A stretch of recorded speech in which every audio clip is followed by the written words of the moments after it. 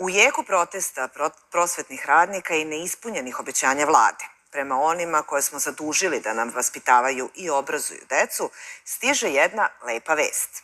Danas je prvi put dodeljena nagrada Prosvetitelj Srbije. Titulu je poneo nastavnik fizike u gimnaziji u Zaječaru Mladen Šljivović.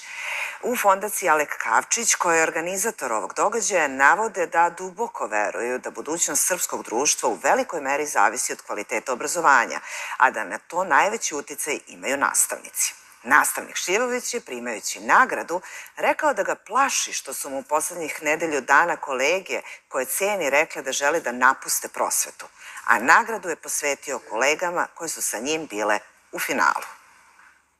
I ja ponekad nemam snage za nove ideje i onda recimo vidim ovih 14 polufinalista koji su ovde i onda dobijam vetar u leđa. Znam da nisam sam. Znam da je ovo borba koja će trajati jer mi u stvari nismo deo sistema.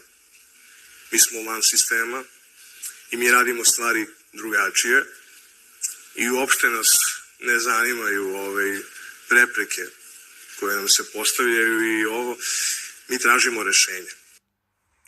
Lepih vesti osim ove